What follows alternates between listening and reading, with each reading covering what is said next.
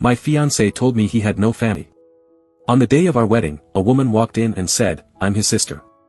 Shocked, I asked why he lied. Her answer left me speechless, because he's still married to my best friend. I never thought my wedding day would turn into the most humiliating moment of my life. It was supposed to be the happiest day, flowers, music, and love. Instead, I stood in front of everyone I cared about, frozen, as the truth unraveled before me. Let me start from the beginning. I met Daniel 2 years ago in Chicago. He was charming, kind, and seemed like the perfect man. We worked in the same office building, though for different companies, and met in the elevator one morning. A simple conversation turned into coffee, then dinner, then weekend trips. Within 6 months, we were inseparable. Daniel told me early on that he had no family. He said he was an only child, that his parents had passed away years ago, and that he had no close relatives. It sounded lonely, but he never seemed bothered by it. If anything, he said it made him appreciate the idea of building a future with someone even more. We got engaged after a year. The proposal was intimate, just the two of us at a quiet restaurant. No family, no elaborate gestures, just the way he wanted it. He said he had no one to invite to our wedding, and at first, I thought nothing of it. Some people don't have big families, and I respected that. The months leading up to the wedding were stressful but exciting. I planned every detail, and Daniel let me take the lead. He wasn't overly involved, which I figured was just because he wasn't the kind of guy who cared about flowers or seating charts. Then, the wedding day arrived. I was standing at the altar, my heart racing. The guests were smiling, the music was playing, and Daniel was waiting for me at the end of the aisle. But before I could take a step, the church doors swung open. A woman walked in. She was in her mid-30s, dressed in a simple blue dress, her expression unreadable.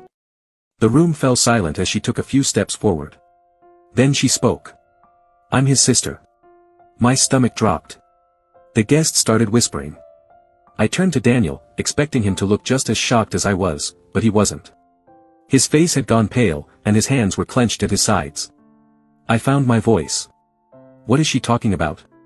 Daniel opened his mouth, but no words came out. Then the woman turned to me. Her voice was calm, but there was something sharp beneath it. "He lied to you. Because he's still married to my best friend." The air was sucked out of the room. I felt like I couldn't breathe. I turned to Daniel again, hoping, praying, that he would deny it. That this was some kind of mistake. But he just stood there, silent. The woman continued, stepping closer. "My best friend, Olivia. They've been married for 6 years. He never told you, did he?" I shook my head. This wasn't real. This had to be some kind of misunderstanding. But then she pulled out her phone, tapped a few times, and held it up. A photo. Daniel. Standing next to a woman in a wedding dress. A real wedding dress, in what looked like a hotel ballroom. I felt like I was going to be sick. Everything around me blurred, the guests whispering, my bridesmaids frozen in place, my parents looking horrified. My fingers trembled as I turned to Daniel. "Is this true?" My voice was barely above a whisper. Silence. Then he did the worst thing he could have possibly done. He turned and walked out. Just like that. Without a word, without an explanation, he just left. The guests gasped. My father stood up like he was about to chase after him, but I shook my head. What was there to say? What was there to do? The truth was right in front of me. The woman, his so-called sister, watched him go, then turned back to me with something almost like pity in her eyes. "I'm sorry," she said softly. I wanted to come sooner, but I wasn't sure. I didn't want to believe Olivia when she told me she suspected something, but then I found out about today. She glanced at the guests, then back at me.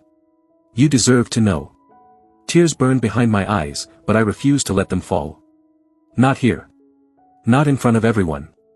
I took a deep breath, straightened my shoulders, and turned to my guests. "Thank you all for coming," I said, my voice surprisingly steady. "But there won't be a wedding today." There was silence for a moment, then my best friend, Rachel, started clapping. A few more people followed. And then, suddenly, the entire room erupted in applause. Not for the disaster that had just unfolded. But for me. I didn't know what was going to happen next, but I knew one thing for certain, I wasn't going to let Daniel's lies define me. I would be fine. And one day, I would be happy again. As the applause died down, the reality of my situation started to sink in.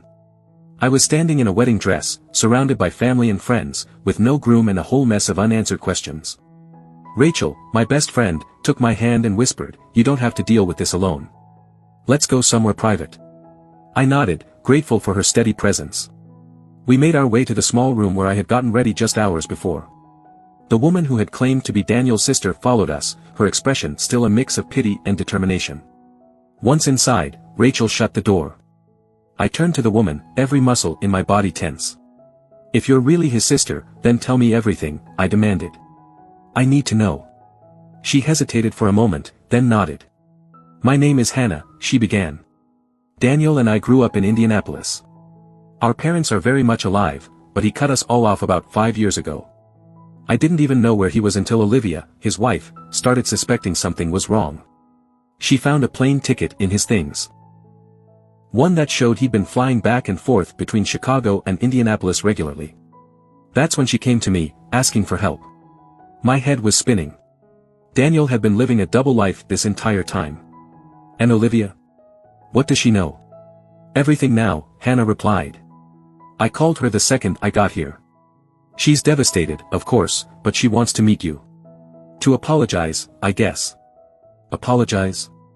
For what? It wasn't her fault that Daniel was a liar and a coward. But part of me was curious. What kind of woman was she? What kind of life had Daniel been living with her? Rachel, always the voice of reason, stepped in. I think meeting Olivia might give you the closure you need, she said gently. I agreed, though every fiber of my being was anxious about what this meeting would bring. We arranged to meet Olivia at a small cafe the next day. The next morning, Rachel drove me to the cafe. I hadn't slept at all, my mind replaying every moment I had spent with Daniel. Had any of it been real? Or had it all been an elaborate act? Olivia was already there when we arrived. She was beautiful in a quiet, understated way, long brown hair, tired eyes, a slight tremor in her hands as she sipped her coffee. When we sat down, she looked up at me with tears in her eyes. I am so sorry, she said, her voice trembling. I had no idea he was capable of something like this. I shook my head. You don't need to apologize. You didn't know. We talked for hours. Olivia told me about their life together, their quiet weekends, their plans for the future, how she had no idea that Daniel was capable of such deception. It was surreal hearing about the man I thought I knew from someone else's perspective. And then, she dropped another bombshell. He has a son, Olivia whispered. Our son. He's 3. I felt like the ground had been pulled out from under me again. Not only had Daniel been married, but he was also a father. A whole life, an entire family. That I had never known about. Seeing my reaction, Olivia reached across the table and took my hand. I know this is overwhelming, but you deserve to know the truth. He never wanted kids. When I got pregnant, he became distant. Now I understand why. He was with you, building a life with you, while leaving us behind. I couldn't hold back the tears any longer. All this time, I had imagined a future with Daniel, kids, a house, a life together. And now, I found out he already had those things with someone else. As if sensing my turmoil, Olivia leaned in closer. I'm leaving him, she said firmly. He doesn't deserve either of us. In that moment, a plan began to form in my mind. If Daniel wanted to run away from his responsibilities, we would make sure he couldn't. Olivia and I exchanged numbers, agreeing to keep in touch and support each other through the process. Over the next few weeks, Olivia and I worked together. We reached out to Daniel's parents, who were horrified to learn what he had done. They offered their full support to both of us, apologizing repeatedly for their son's actions. And then came the final twist. One evening, as I was packing up the remnants of the wedding that never happened, there was a knock at my door. I opened it to find Hannah standing there, looking more serious than I had ever seen her. Daniel's disappeared, she said quietly. No one knows where he is, not even his friends. It's like he just vanished. I felt a chill run down my spine. Daniel was a lot of things, but a coward to this extent. It was almost unbelievable. But as the days turned into weeks, and weeks into months, Daniel remained missing. No texts, no calls, nothing. The man who had led a double life had now managed to slip away into the shadows, leaving chaos in his wake. It was then that I realized the truth, I would never get the closure I needed from him. Daniel had run away from his responsibilities, but in doing so, he had freed Olivia and me from his lies. We may never know where he went or what he planned next, but we had each other. And together, we began to rebuild our lives, stronger and wiser than before. Months passed, and Daniel was still nowhere to be found. It was like he had vanished off the face of the earth. No phone calls, no emails, no social media activity. At first, it made me angry. How could someone just disappear like that? But the more I thought about it, the more I realized something. He wasn't going to face the consequences unless we made him. Olivia and I stayed in touch, growing closer through our shared betrayal. She was stronger than I had imagined, determined to move on, but also unwilling to let Daniel escape his responsibilities. He thinks he can just walk away, she said one evening over the phone, but he has a child. And he owes us both more than just silence.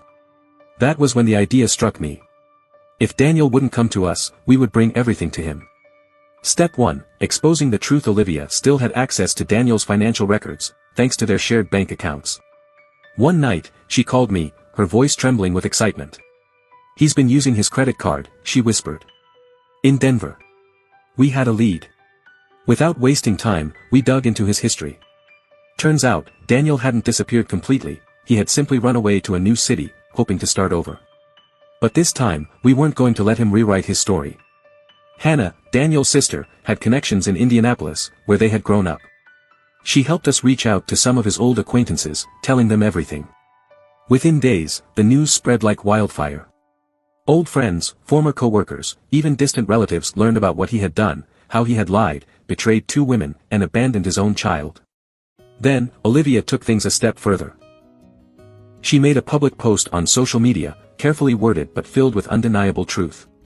It wasn't dramatic or vengeful, it was factual.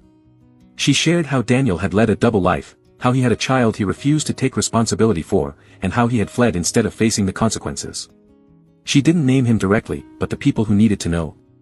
They figured it out fast. Step 2, hitting him where it hurts. While the truth spread online, we took legal action. Olivia filed for full custody of their son, while also seeking financial support.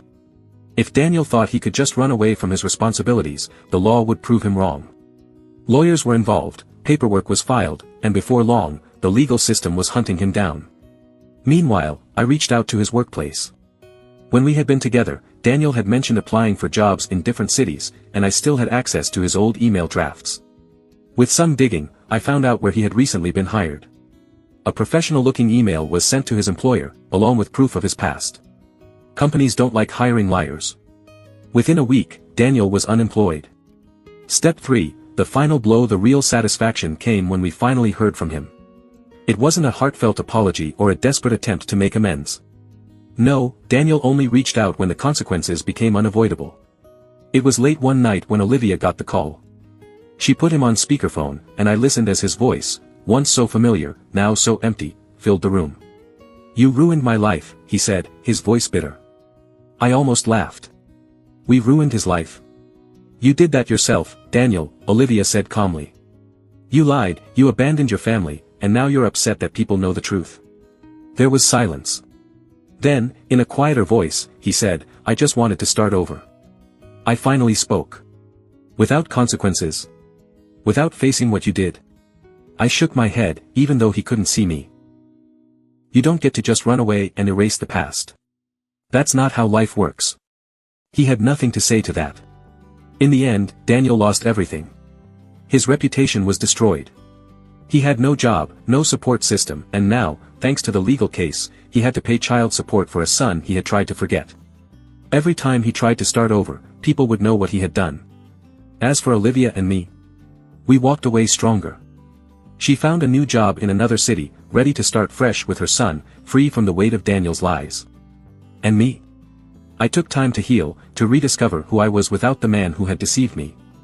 One day, Rachel and I were sitting at a cafe, the same one where I had first met Olivia. She raised her coffee cup and grinned. "To revenge?" I smiled, shaking my head. "No," I said, clinking my cup against hers. "To moving on." And for the first time in a long while, I truly meant it.